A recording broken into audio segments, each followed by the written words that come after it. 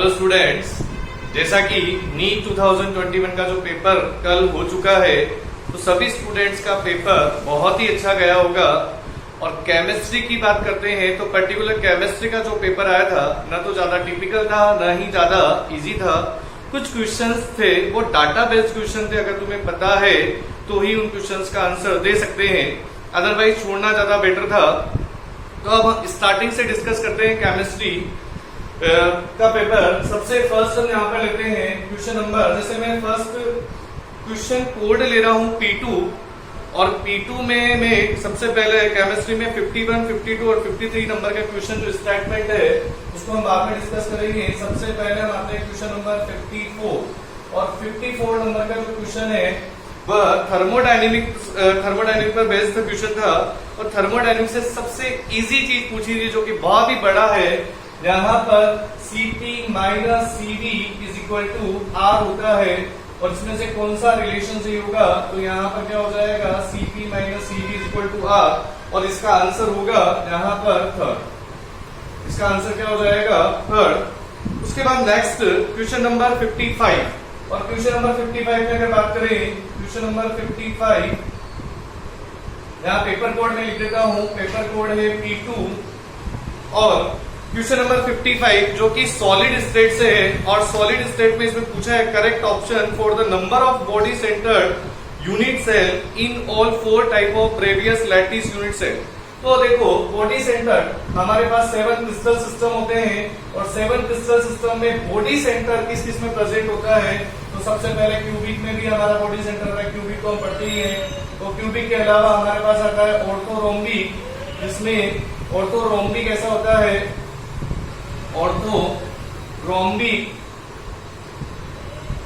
Orthorhombic के बाद आता है यहाँ पर मोनोक्लिनिक।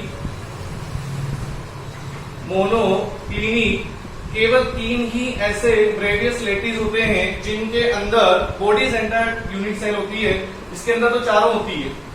केवल 7 सिस्टम है, 7 में सभी में प्रिमिटिव होती है और बॉडी सेंटर्ड यूनिट सेल केवल और केवल 3 के अंदर ही होती है। तो इसका आंसर हो जाएगा यहाँ पर क्यूबिक, ऑर्थोरोम्बिक और मोनोक्लिनिक, आंसर होगा फर्स्ट।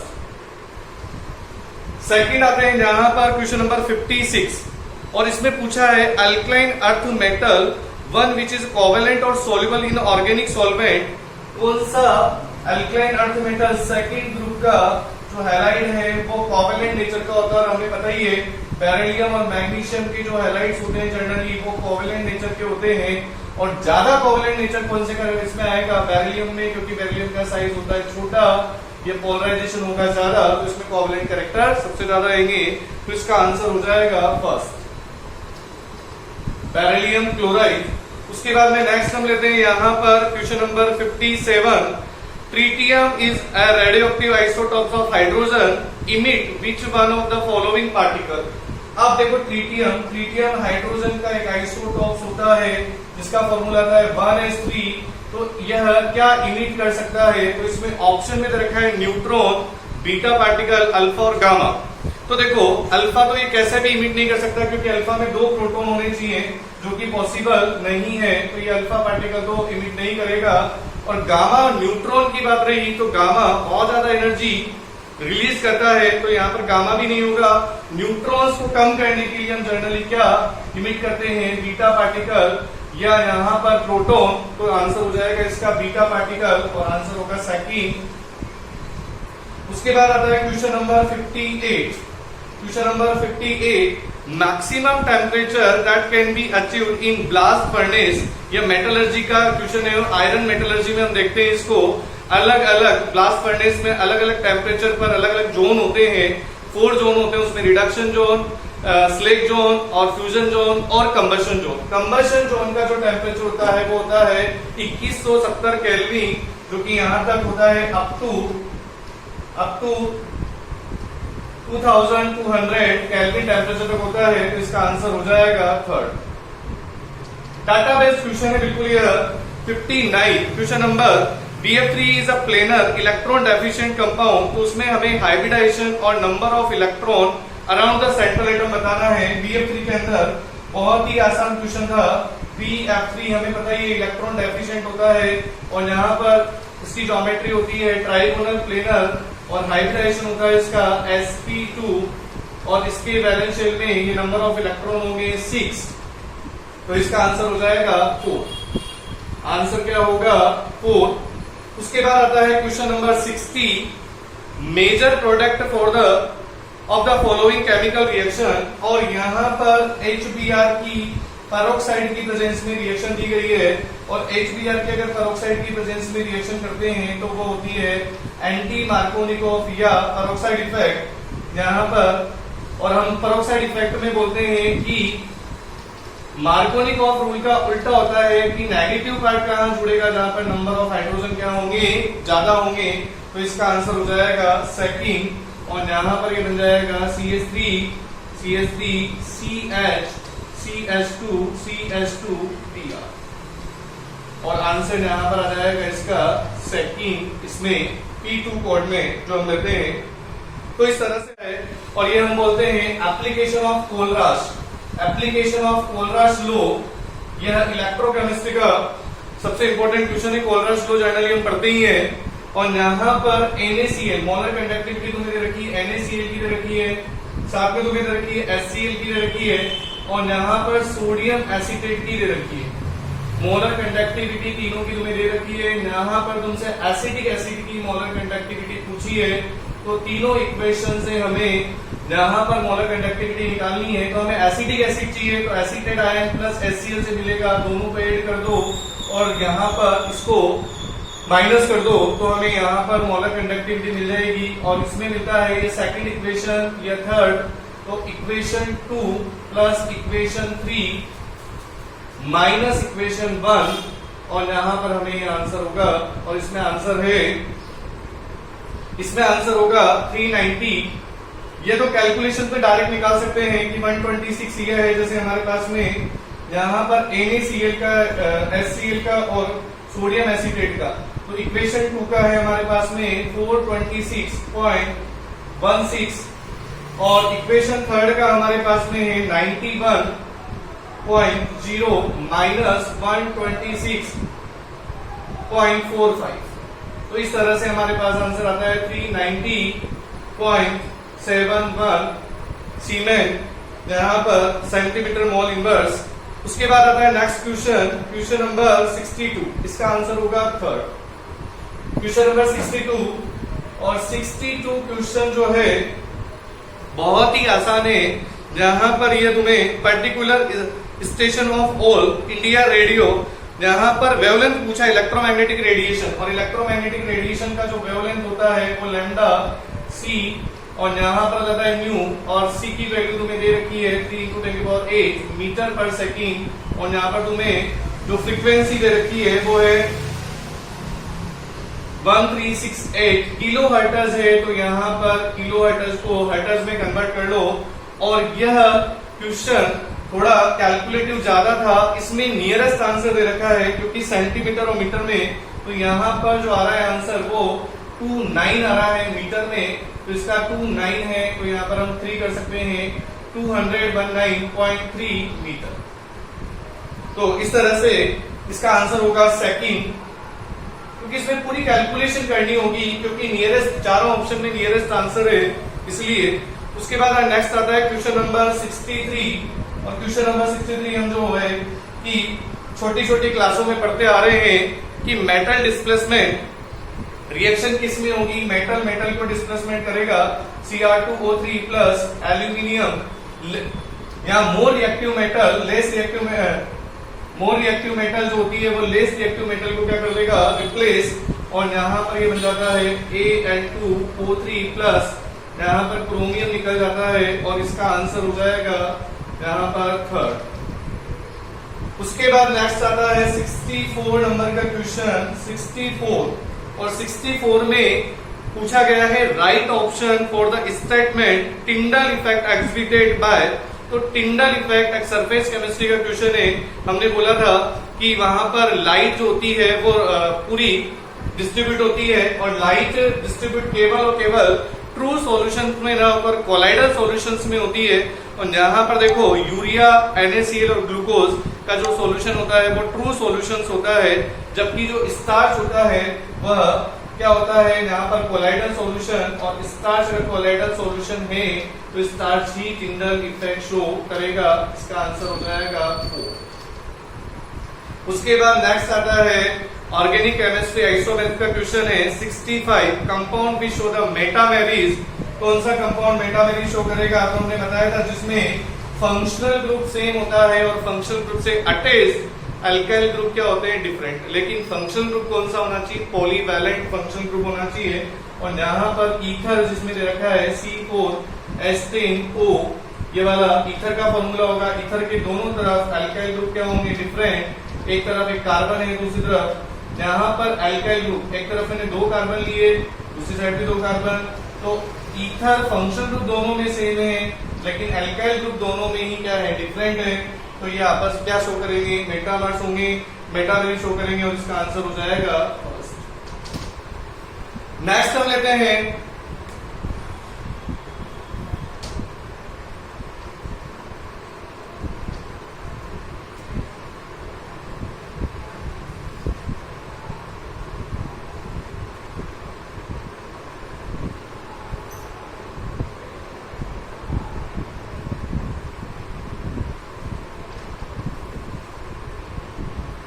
लेते हैं यहाँ पर 66 और 66 नंबर का क्वेश्चन देखो।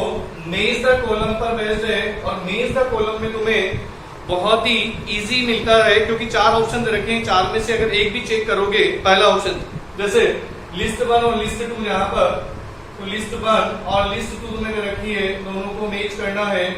और पहला ही ऑप्शन है कि PCl5 ए जो दे रखा है PCl5, वो क्या हो जाएगा? Trigonal bipyramidal. और ट्राइगोनल बाइपिरामिडल यहाँ पर पहले ऑप्शन में ए में 4 आ जाएगा।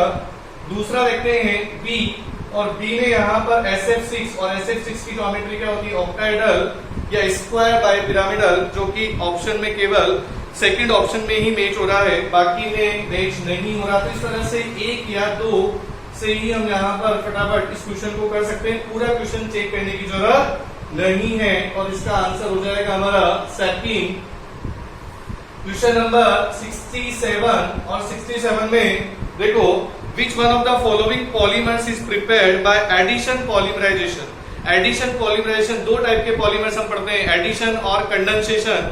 कंडेंसेशन में जिसमें स्मॉल ग्रुप्स का एलिमिनेशन होता है, और एडिशन में केवल और केवल एड होकर के पॉलीमर्स बनते हैं। तो यहाँ पर देखो डाइक्रोन जो कि पॉलिस्टर है, ये कंडेंसेशन है। नाइलॉन 66B कंडेंसेशन पॉलीमर है। नॉवले जो कि फिनोल फॉर्मेल्डिहाइड रेजिन होता है, यह भी कंडेंसेशन है। तो इसमें आंसर होगा केवल और केवल टेफ्लॉन।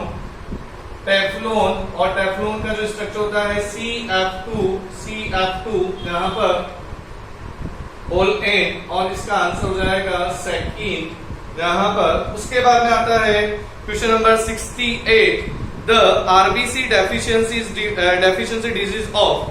आरबीसी की डेफिशिएंसी किसकी वजह से होती है? Vitamin B12। Vitamin B12 RBC को मैचुरेशन में काम आता है, और उसकी कमी से हमें आरबीसी की डेफिशिएंसी हो जाती है। क्वेश्चन नंबर 68 में आ जाता है विटामिन B12, जो कि मेमोरी बेस्ड क्वेश्चन है, बहुत ही आसान है विटामिन B12, और इसका आंसर हो जाएगा यहाँ पर क्वेश्चन सेकंड। उसके बाद नेक्स्ट आता है 69 और 69 नंबर का क्वेश्चन। 69 नंबर का जो क्वेश्चन है ऑर्गेनिक का क्वेश्चन है, amine chapter. Identify the compound that will react with Hinsberg reagent. एक तरह से टेस्ट ऑफ अमाइन को हम यूज करते हैं हिंसबर्ग रिएजेंट से, और तुमने देखा होगा हिंसबर्ग रिएजेंट क्या होता है? Benzene sulphonyl chloride. Hinsberg reagent क्या होता है? Benzene sulphonyl chloride. ये होता है बेंजीन सल्फोनिल क्लोराइड, और यह 1 डिग्री अमाइन के साथ अगर करते हैं तो 1 डिग्री अमाइन के साथ रिएक्शन करता है, लेकिन बेस के साथ ये क्या हो जाता है? सोल्यूबल होता है। मतलब बेस के साथ रिएक्शन करता है। 2 डिग्री अमाइन की अगर बात करें तो रिएक्शन होगी, लेकिन ये बेस के साथ अगर रिएक्शन करते हैं इसकी, तो यह इनसोल्यूबल होता है यहाँ पर। और तीसरी अगर बात करें 3 डिग्री अमाइन की, तो यह बेंजीन सल्फोनिल क्लोराइड या हिंसबर्ग रिएजेंट के साथ रिएक्शन ही नहीं करता। तो इसका आंसर हो जाएगा 1 डिग्री अमाइन जो कि इन्विजिबल रिएजेंट के साथ रिएक्शन करने के बाद NaOH में क्या होता है, सोल्यूबल होता है NaOH में, वो होगा 1 डिग्री अमाइन। आंसर हो जाएगा इसका 4। उसके बाद नेक्स्ट क्वेश्चन नंबर आता है 70। जर्कोनियम और hafnium have a similar atomic and ionic radii, और इसका तो बहुत इजी है, डी ब्लॉक में तुम्हें बता रखा है लैंथेनाइट जब सीरीज आती है तो उसमें लैंथेनाइट कॉन्ट्रैक्शन लगता है, उसकी वजह से फर्स्ट 3 ग्रुप को छोड़ करके बाकी टाइटेनियम और जर्कोनियम जो होता है यहाँ पर उनकी एटॉमिक रेडियाई सेम होती है और आयोनिक रेडियाई भी सेम होगी लैंथेनाइट कॉन्ट्रैक्शन की वजह से, क्योंकि जो डी और एफ की पुअर शील्डिंग होने की वजह से जेड इफेक्टिव बढ़ जाता है, और जेड इफेक्टिव बढ़ने की वजह से साइज इंक्रीज ना होकर क्या होगी, साइज कांस्टेंट हो जाती है, और इसी को हम यहाँ पर उनकी एटॉमिक रेडियाई इक्वल होगी। तो इसमें आंसर आएगा lanthanide contraction, answer number 4 lanthanide contraction. उसके बाद आता है next ethylene diamine tetra acetate EDTA ion, और अगर इसमें ढंग से अगर देखा जाए क्वेश्चन नंबर 70 का ये question number 71, ethylene diamine tetra acetate में ऑप्शन में केवल एक ही दे रखा है, तुम्हें अगर ये पता है हेक्साडेंटेट लिगेंड होता है, ये इथाइलिन का CH2, यह CH2 डाइअमाइन, 2 अमाइन है यहाँ पर, और दोनों अमाइन के हाइड्रोजन को एसीटेट ग्रुप से रिप्लेस कर देते हैं, यह acetate C double bond O minus, यहाँ पर भी CH2 C double bond O minus, और यहाँ पर भी CH2 C double bond O minus. तो इसका आंसर तो ऐसे ही पता लग जाएगा, अगर हेक्साडेंटेट है तो ऑप्शन में एक ही दे रखा है, बाकी सब में ट्राइडेंटेट, यूनिडेंटेट, बाइडेंटेट 3 ऑप्शन में दे रखे हैं, तो आंसर क्या हो जाएगा, हेक्साडेंटेट लिगेंड। उसके बाद नेक्स्ट आता है हमारा क्वेश्चन नंबर यहाँ पर 72, major product formed in dehydrohallucination reactions of 2-bromo-pentane-2-ene। तो डिहाइड्रोहैलोजिनेशन में या तो होफमैन एल्कीन बनती है या सर्जेफ एल्कीन बनती है। अगर स्टेबल एल्कीन बन रही है तो वो डेफिनेट कौन सी एल्कीन होगी, सर्जेफ एल्कीन। और यहाँ पर आंसर में आ जाएगा पेंट2इन एक स्टेबल एल्कीन है, नंबर ऑफ अल्फा हाइड्रोजन ज्यादा है, तो आंसर होगा इसका सर्जेफ alkene, answer second 72।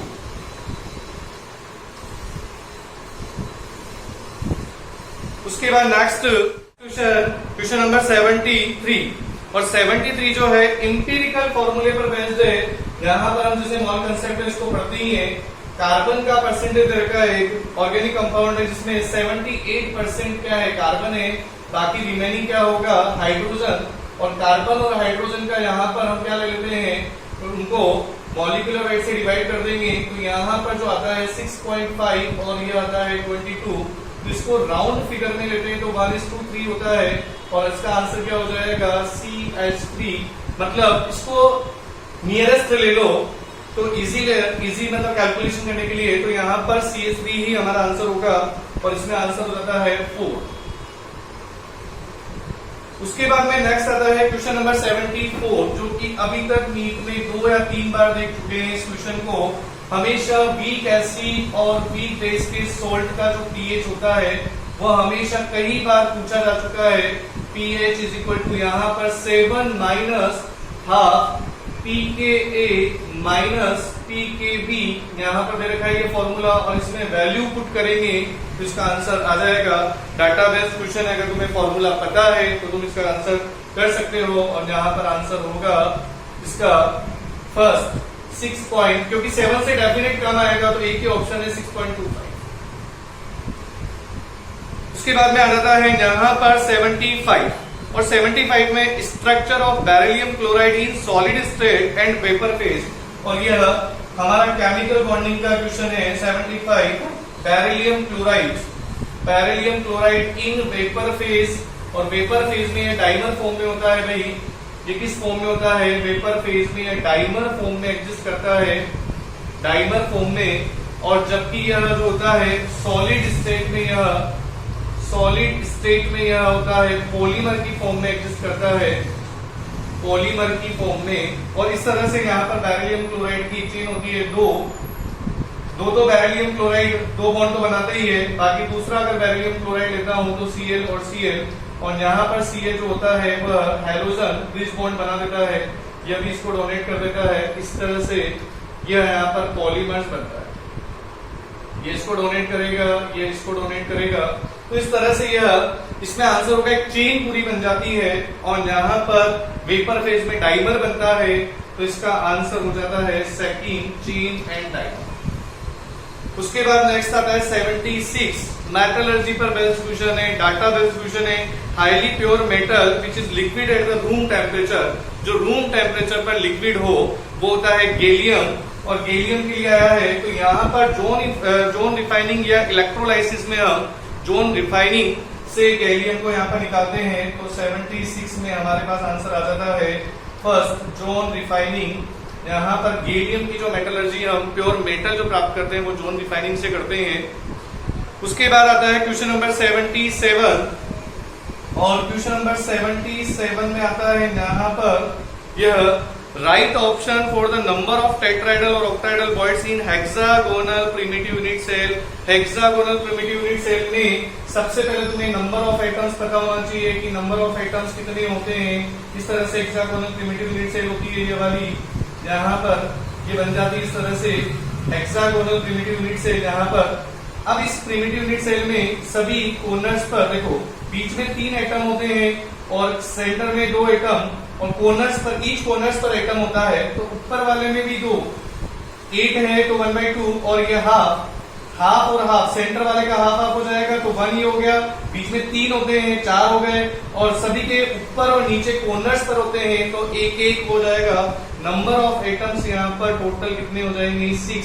Hexagonal primitive unit cell में 6 होते हैं, और अगर जिसको नंबर ऑफ एटम पता है तो वो टेट्राहेड्रल और ऑक्टाहेड्रल बॉइड्स निकाल सकता है, क्योंकि नंबर ऑफ एटम के डबल होता है टेट्राहेड्रल बॉइड्स और ऑक्टाहेड्रल बॉइड्स सेम होते हैं। तो यहाँ पर टेट्राहेड्रल बॉइड्स हो जाएंगे 12 एंड ऑक्टाहेड्रल बॉइड्स हो जाएंगे 6। इसका आंसर होगा फर्स्ट। उसके बाद नेक्स्ट क्वेश्चन आता है 78, आईयूपीएससी पर बेस्ट क्वेश्चन आ गया देखो, जो कि बहुत ही आसान है। Structure of 2,6 dimethyl deck, 2,6 dimethyl deck 4 इन, यहां पर होता है 4 इन। अब देखो इसका जो स्ट्रक्चर होगा,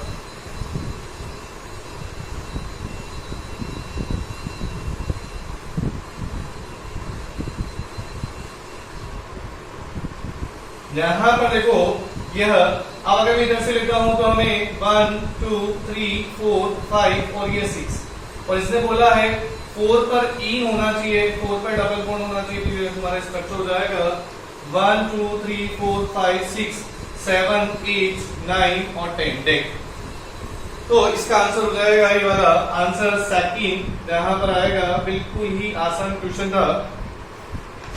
नेक्स्ट क्वेश्चन हमारा आता है यहाँ पर 79, थर्मोडायनेमिक्स का बेस्ट क्वेश्चन। इसमें देखो correct option for graphical representation of Boyle's law, और बॉयल्स लॉ होता क्या है, जिसमें टेम्परेचर कांस्टेंट होता है। We show a graph, pressure और वॉल्यूम का ग्राफ तुम्हें दे रखा है, प्रेशर और वॉल्यूम का ग्राफ दे रखा है, और तुम्हें पूछा है कि एट द टेम्परेचर यहाँ पर अलग अलग। तो देखो यहाँ पर अगर प्रेशर और वॉल्यूम का ग्राफ दे रखा है 1 2 और 3, मेरे को यहाँ पर 600 केल्विन दे रखा है, यहाँ पर ये दे रखा है 400 केल्विन, और यहाँ पर 200 केल्विन। देखो कभी भी इस टाइप के क्वेश्चन होते हैं, या तो वॉल्यूम को कांस्टेंट करो या प्रेशर को कांस्टेंट करो। यहाँ पर प्रेशर को मैंने कांस्टेंट कर लिया, यह V1, यह V2 और यह V3। अब देखो यहाँ पर वॉल्यूम बढ़ रहा है, और हमें पता है PV = nRT होता है। अगर वॉल्यूम बढ़ेगा तो टेम्परेचर भी बढ़ेगा, बी डायरेक्टली प्रोपोर्शनल टेम्परेचर के। तो आंसर ये होगा 600 400 200 यहाँ पर, और इसका आंसर हो जाएगा फर्स्ट। उसके बाद नेक्स्ट क्वेश्चन आता है क्वेश्चन नंबर 80, और ये क्वेश्चन नंबर 80 जो आता है यहाँ पर सॉल्यूशन चैप्टर से ऑस्मोटिक प्रेशर, और यहाँ पर ऑस्मोटिक प्रेशर इसमें बोला गया है फॉलोइंग सॉल्यूशन, अलग अलग हमें सॉल्यूशन दिए हैं। यहाँ पर ग्लूकोज का सॉल्यूशन दिया है C12 C6H12O6, इसके 10 ग्राम है ग्लूकोज के यहाँ पर, और वॉल्यूम भी सभी का 250 ml दिया है। यहाँ पर यूरिया CH4NO2 N2O, यूरिया इसका भी 10 ग्राम दिया है 250 ml में, और यहाँ पर हमारे पास में सुक्रोज दिया है यह C12 H22 O11 सुक्रोज दिया, इसका भी 10 ग्राम दिया है हमारे पास में 250 ml में। तो देखो यहाँ पर ऑस्मोटिक प्रेशर होता है CRT और RT कंसंट्रेशन है। कंसंट्रेशन क्या होती है? मोल पर लीटर, और मोल पर को हम कैसे बोलते हैं?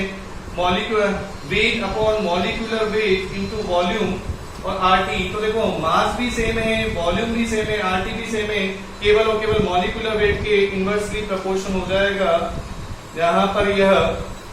और इनवर्स मॉलिक्यूलर वेट जिसका जितना कम उसका ऑस्मोटिक प्रेशर उतना ज्यादा। तो P2 सबसे ज्यादा होगा अगर ये P1 P2 और P3 की अगर बात करें तो P2 सबसे ज्यादा होगा, फिर P1 और फिर P3। इसका आंसर होगा सेकंड। इसी के साथ नेक्स्ट क्वेश्चन जो कि बहुत ही आसान है 81 correct sequence of bond energy of CX bond. और हम यहाँ पर इलेक्ट्रोनेगेटिविटी के बेस पर निकाल सकते हैं क्वेश्चन नंबर 81 जहां पर कि जिसकी इलेक्ट्रोनेगेटिविटी डिफरेंस ज्यादा होगा उसकी बॉन्ड एनर्जी ऑलरेडी ज्यादा होगी। तो यहाँ पर CF CCl और CBr और Cl। इसका आंसर हो जाएगा ऐसे ही यहाँ पर थर्ड। क्वेश्चन हम लेते हैं 82 में पूछा है यह आइसोमेरिक कंफर्मेशन आइसोमेरिक से है क्वेश्चन नंबर 82। और इसमें पूछा है कि लीस्ट स्टेबल और मोर स्टेबल जो होता है वो इक्लिप्स फॉर्म होता है इथेन का, Eclipse form least stable form होता है भैया, और लीस्ट स्टेबल फॉर्म होता है। तो इसमें डायहेड्रल एंगल जो होता है नियरेस्ट कार्बन पर प्रेजेंट दो हाइड्रोजन के बीच का एंगल, उसी को हम डायहेड्रल एंगल बोलते हैं। और डायहेड्रल एंगल यहाँ पर दोनों हाइड्रोजन के बीच क्या हो जाएगा? 0, थीटा इज इक्वल टू 0, और आंसर होगा फर्स्ट।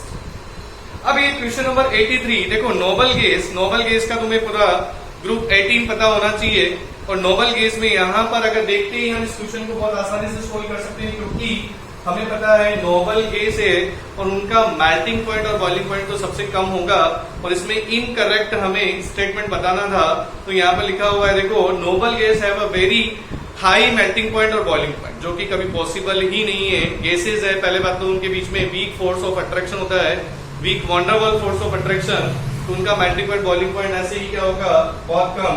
तो यहाँ पर आंसर आता है इनर्ट गैस का जो मेल्टिंग पॉइंट बॉइलिंग पॉइंट होता है वह हाई न होकर क्या होता है? लो। उसके बाद आता है क्वेश्चन नंबर 84। और 84 में ग्रिग्नार एजेंट पर बेस्ड क्वेश्चन दे रखा है।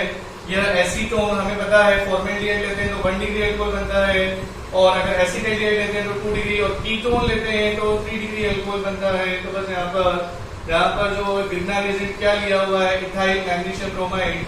बस ये बना दो डायरेक्ट। यहाँ पर कौन सा बनेगा? CH3, यह CH2 CH3, और यहाँ पर यह CH3 और यह OH।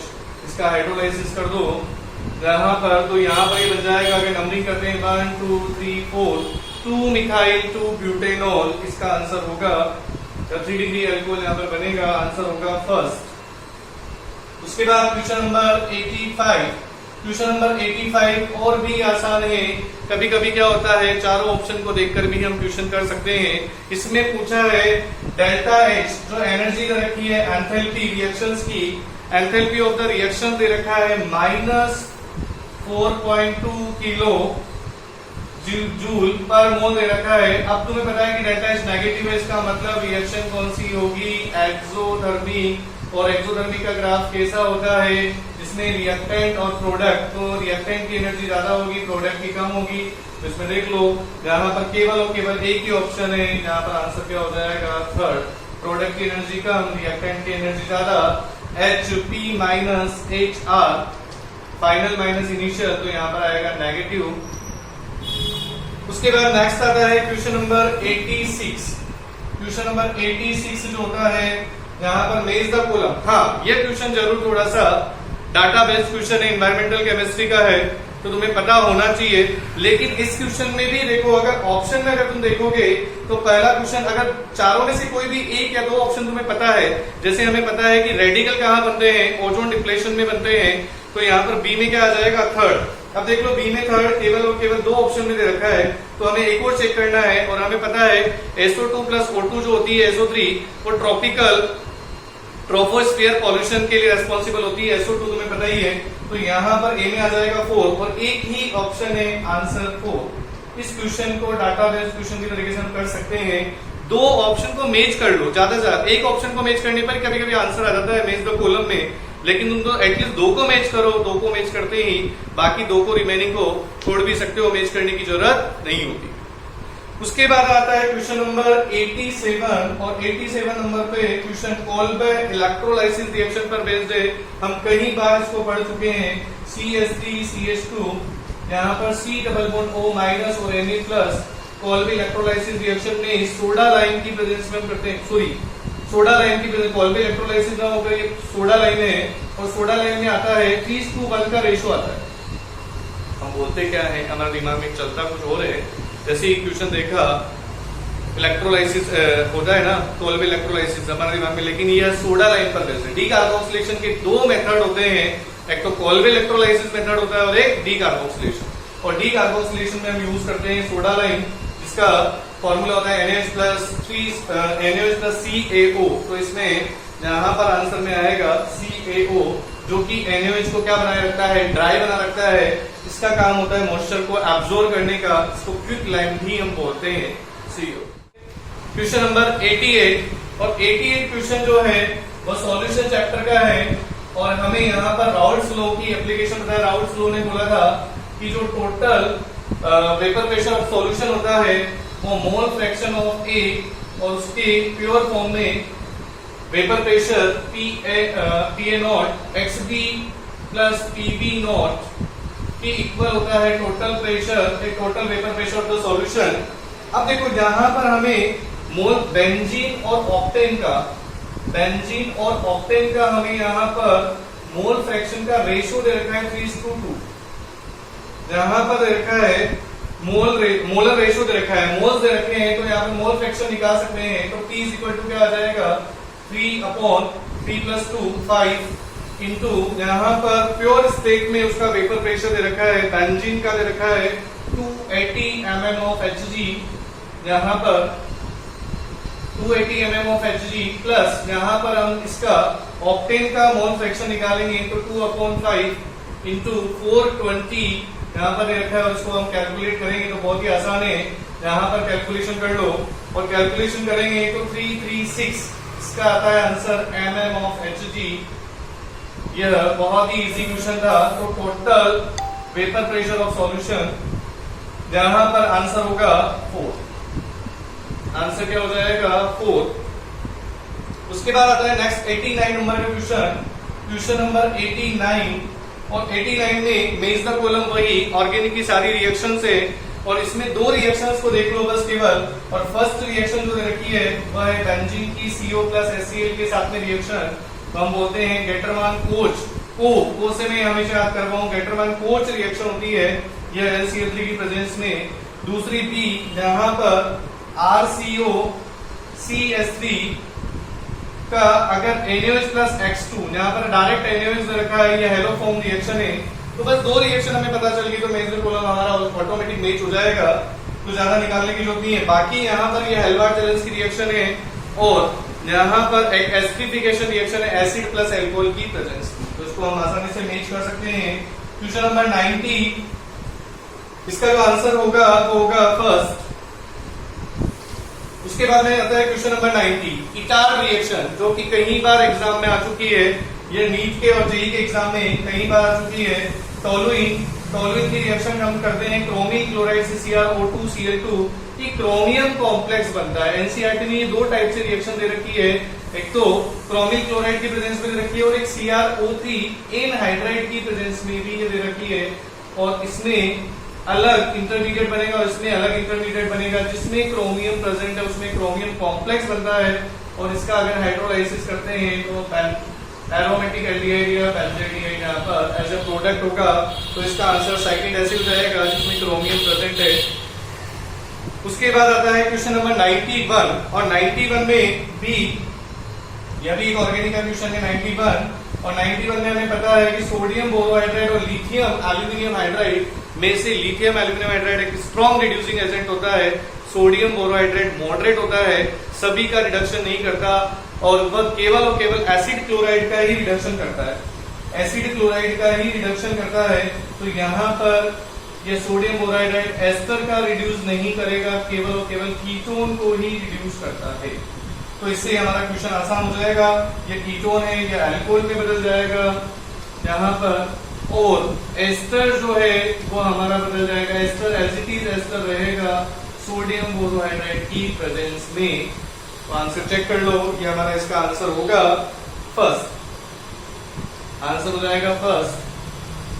उसके बाद क्वेश्चन हम लेते हैं क्वेश्चन नंबर 92, और 92 नंबर का जो क्वेश्चन है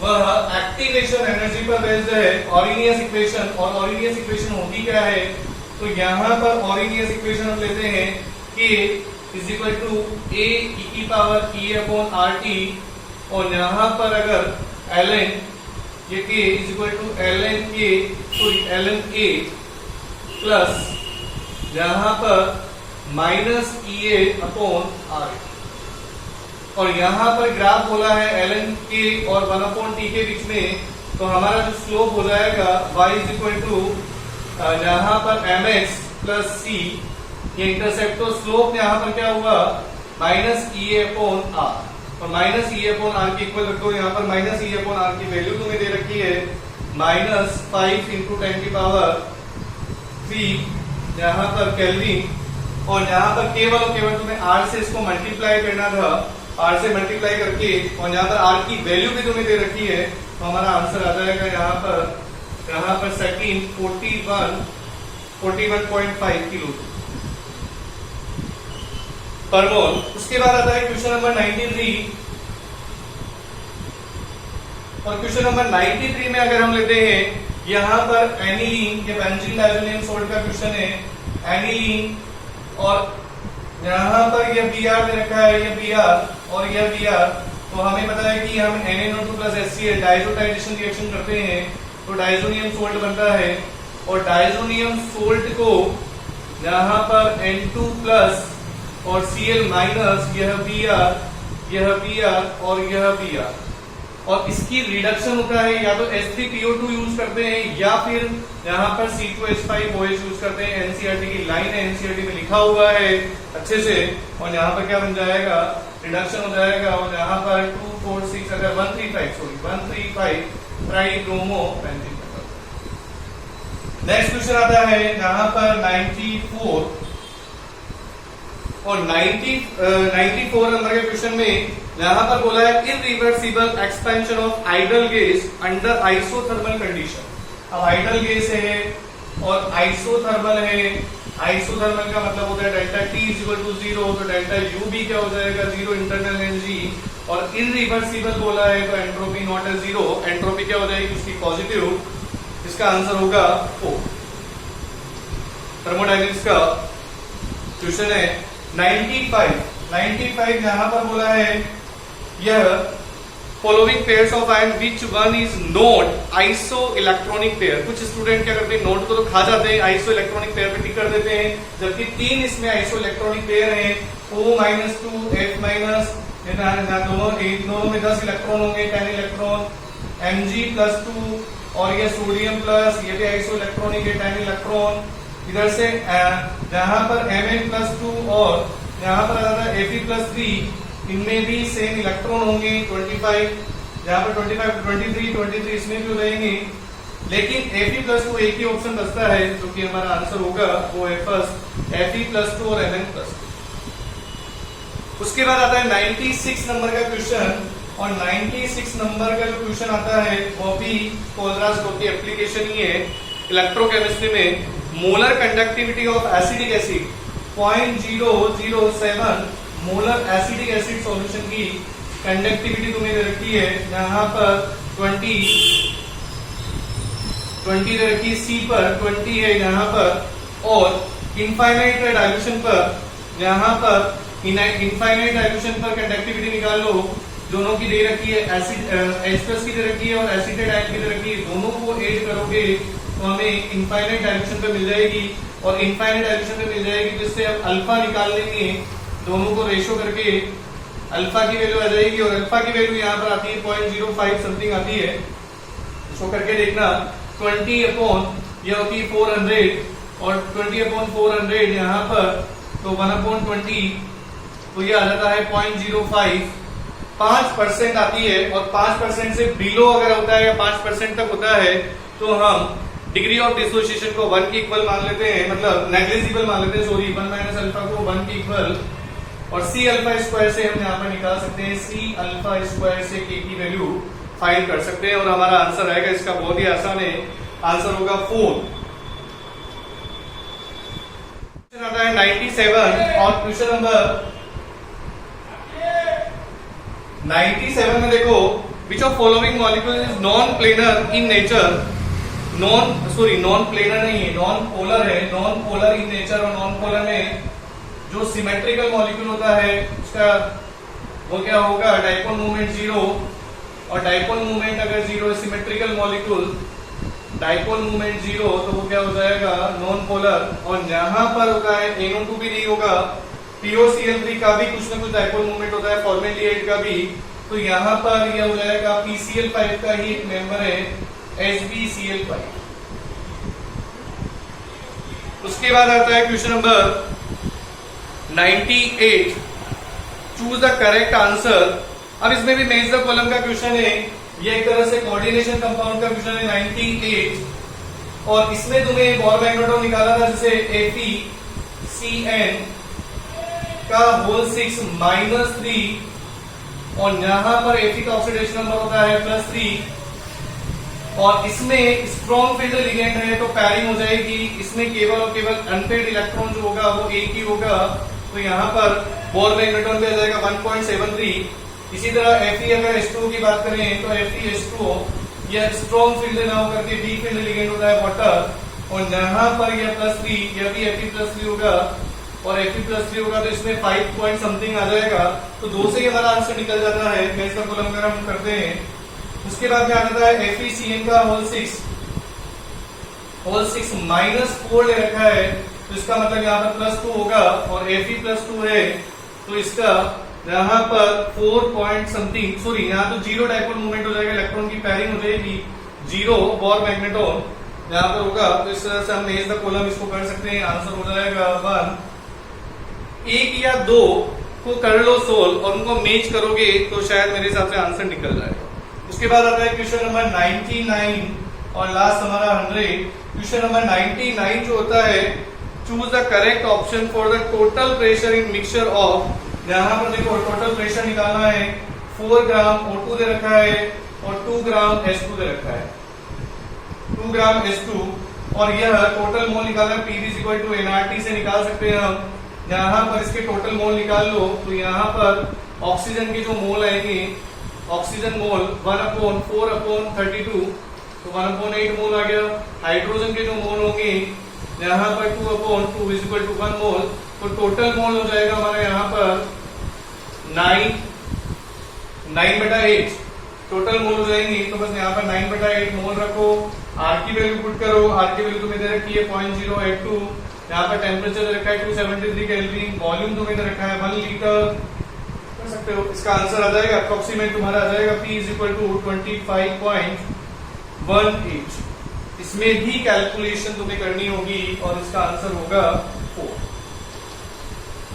उसके बाद नेक्स्ट हमारा आता है लास्ट और फाइनल 100 क्वेश्चन नंबर 100। अभी हमने स्टेटमेंट वाले क्वेश्चन छोड़ रखे हैं और 100 क्वेश्चन में तो ऐसे ही पूछा है कि नॉट करेक्ट पूछा है, तो जैसे CO2 से लेकर के अगर PbO2 तक जाते हैं, CO2 से PbO2 तक हम बात करें तो PbO2 +4 होता है, स्ट्रॉन्ग ऑक्सीडाइजिंग एजेंट होता है, क्योंकि तुम्हें इनर्ट पे अगर इफेक्ट पता हो Pb+2 ज्यादा स्टेबल होगा Pb+4 से, तो यह हमेशा रिड्यूस होने की टेंडेंसी रखता है, तो बिल्कुल सही है ऑक्सीडाइजिंग पावर का ऑर्डर। HF HCl HBr और HI का, तो H यहाँ पर ये भी बिल्कुल सही है, एसिडिक स्ट्रेंथ का ऑर्डर यहाँ पर बढ़ेगा, HI सबसे ज्यादा एसिडिक होता है।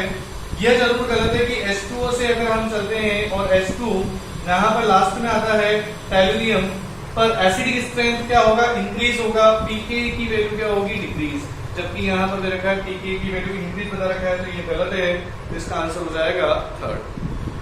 अब उसके बाद आते हैं, इस तरह से हमने पूरे पेपर को डिस्कस किया और यहाँ पर 51 और 2 और 3 स्टेटमेंट पर बेस्ड क्वेश्चन है, जो कि एम्स का ही पैटर्न इन्होंने फॉलो किया है। और 51 में पूछा है इनकरेक्ट स्टेटमेंट, और इनकरेक्ट जो स्टेटमेंट होता है इसमें बोला है एक्टिनाइट एफ ब्लॉक का है। अगर तुम्हें यहाँ पर एनसीईआरटी की 2 पेज में यह सब कुछ लिखा हुआ है। एक्टिनाइट सीरीज होता है वो हाईली रिएक्टिव होते हैं, सारे के सारे तो रेडियोएक्टिव एलिमेंट होते हैं। एक्टिनाइट कॉन्ट्रैक्शन जो होता है वो डेफिनेट लैंथेनाइट कॉन्ट्रैक्शन से क्या होता है, ग्रेटर होता है, क्योंकि एनर्जी लेवल जो होता है बहुत कम, मतलब गैप होता है एनर्जी के बीच में। उसके बाद में आता है मोस्ट ऑफ ट्राइवेलेंट लैंथेनाइट्स आयन जो होता है कलरलेस, जबकि कलरलेस नहीं होते क्योंकि उनके पास में एफ में अनपेयर्ड इलेक्ट्रॉन होते हैं, तो वो सब कलरलेस न होकर के कलरफुल होते हैं, तो ये गलत है। आंसर इसका आ जाएगा थर्ड। उसके बाद में आता है 52, और 52 भी मेमोरी बेस्ड क्वेश्चन है। यह केमिस्ट्री एवरीडे लाइफ, नारकोटिक्स और नॉन नारकोटिक्स पूछा है। तो एस्प्रिन और पैरासीटामोल, जो कि हम डेली यूज में aspirin and paracetamol pain killer के रूप में यूज करते हैं। पैरासीटामोल यहाँ पर लेते हैं पेन किलर की फॉर्म में। तो ये होता है, यहाँ पर बोला है नारकोटिक्स एलर्जेसिक, तो नारकोटिक्स ना होकर ये होता है नॉन नारकोटिक्स होता है, ये नॉन नारकोटिक्स होता है। और मॉर्फिन और हीरोइन जो होता है वो नारकोटिक्स होता है। तो यह उल्टा रखा है, दोनों ही गलत है। यहाँ पर ये दोनों ही, ये नारकोटिक्स है भाई, दोनों ही गलत है। यहाँ पर statement first second are fourth both, तो इसका आंसर भी क्या हो जाएगा गलत। इस तरह से स्टेटमेंट। और इस क्वेश्चन नंबर 53 का जो स्टेटमेंट है, 53 तो हम यहाँ पे कर ही चुके हैं अभी तुम्हारे सामने।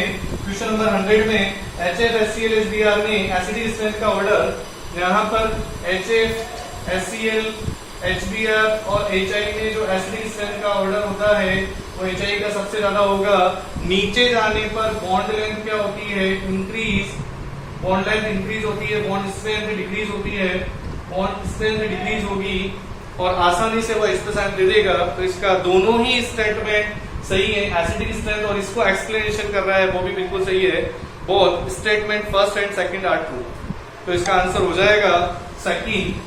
और इसी के साथ यह पेपर का एंड होता है। इसी तरह आगे वीडियोस देखते हैं, आगे अपडेशन के लिए मेरे चैनल को सब्सक्राइब करना ना भूलें, चैनल पर बने रहें ताकि तुम्हें अपडेशन मिलते रहेंगे। इसी के साथ